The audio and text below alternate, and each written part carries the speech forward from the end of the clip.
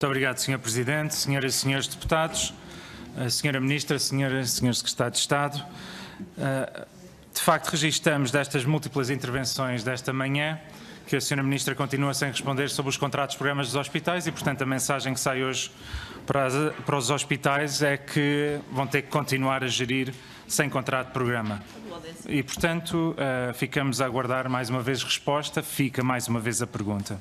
Mas, Sra. Ministra, eu devo dizer, tenho que confessar que sinto alguma preocupação, não diria pela saúde, mas pelo bem-estar da Sra. Ministra, no seguinte sentido. É que a Sra. Ministra, na primeira intervenção que fez aqui no Parlamento, disse que não iria dormir descansada enquanto não resolvesse a situação das crianças do Hospital de São João, nomeadamente as crianças que vivem com cancro. E, de facto, nós sabemos a história, que a Sra. Ministra, na altura, a CSS, assinou um memorando em 2017 em que teríamos a nova ala pediátrica construída em 2019, não aconteceu. Depois tivemos a situação em que o Governo dizia que não era possível a adjudicação direta, depois resolveu-se. Está neste momento a decorrer todos os trâmites, aparentemente, segundo a audição que tivemos aqui a semana passada pela administração deste hospital, teremos obras a iniciar no final deste ano, eventualmente início do próximo, mas tinha ficado uma promessa da Sra. Ministra no dia de Natal, junto do Sr. Presidente da República, que aliás foi àquele hospital, e ainda bem que foi, porque pelo menos pintaram as paredes, deram ali uma outra cor àquele equipamento. Mas, na realidade, e continuam a haver salas que estão fechadas devido às amplitudes térmicas que são insuportáveis, aquelas crianças, muitas delas a fazer quimioterapia, continuam a ser transportadas entre o edifício principal e os contentores, para além de haver 3 camas de cuidados intermédios fechados há mais de 2 anos por falta de 3 assistentes operacionais. Não por falta de médicos ou enfermeiros, por falta de assistentes operacionais. E a Sra. Ministra prometeu no dia de Natal, e foi depois reforçado pela administração, que até abril as crianças, nomeadamente as com doença oncológica, seriam transitadas para o edifício principal. E veio a administração do hospital dizer que só no final do verão é que potencialmente isso acontecerá. O que não nos parece minimamente aceitável, e fica aqui o apelo, Sra. Ministra, para que se cumpra aquilo que se prometeu, para que as crianças não continuem nesta situação.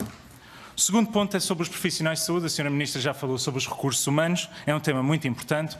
O que, no final destes quase 4 anos de governação, fica claro é que o Governo não acautelou, não preparou o SNS para a mudança para as 35 horas. Foi feito de forma irresponsável, com consequências que estão à vista em todas as unidades do SNS, que dizem que hoje têm menos recursos humanos em termos de horas de trabalho do que tinham durante a época da crise.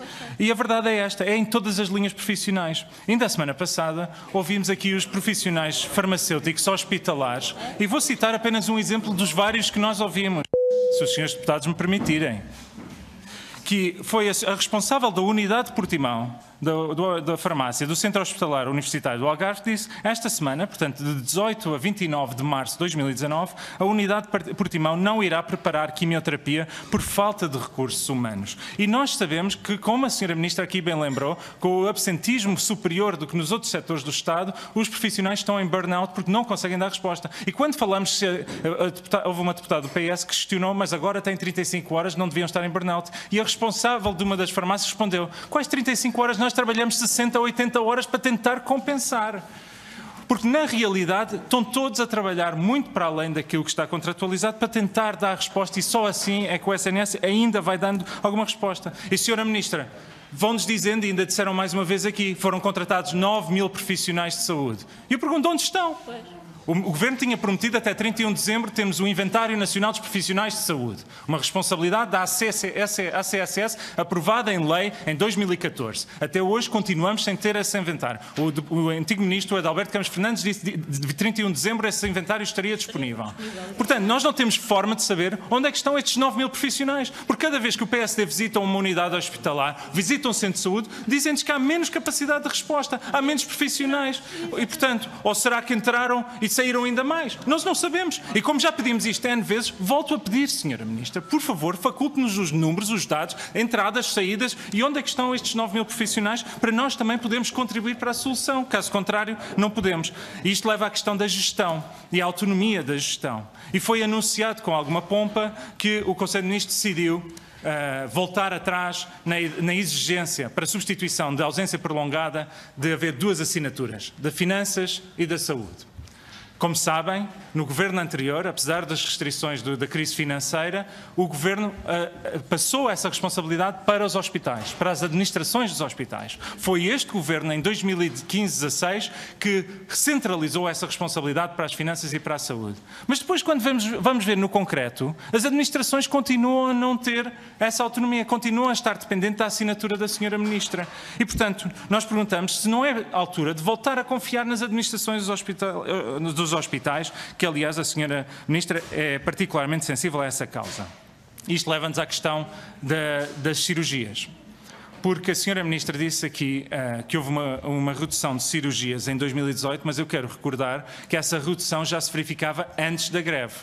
Quando nós olhamos os números até novembro, já tinha havido uma redução do número de cirurgias. Portanto, correlacionar a redução do número de cirurgias com a greve não é absolutamente verdade. E o Sr. Primeiro-Ministro anunciou em debate quinzenal que iria compensar o número de cirurgias que não foram realizadas até o fim da primeira fase da greve, até dia 31 de março. Estamos a 4 dias do 31 de março e, portanto, a Sra. Ministra certamente estará em condições de nos dizer quantas cirurgias foram feitas e das cirurgias programadas entre janeiro e março, quantas tiveram que ser adiadas para se poderem realizar essas cirurgias. 2 perguntas finais para terminar. Sra. Ministra, a Sra. Ministra tem reiterado que o programa de governo é a base do seu trabalho. Prometeram a cobertura universal com médicos de família. Há mais de meio milhão de portugueses, neste momento, ainda sem médico de família. Vão cumprir? Não vão cumprir até o final do mandato. E a segunda pergunta, sobre a ADSE. Existe o estudo do Conselho Geral de Supervisão, existe um estudo de uma consultora internacional publicada hoje. Claramente a ADSE não é sustentável no longo prazo. Qual é a proposta do Governo para este debate? Porque até agora ainda não sabemos as propostas. Muito obrigado.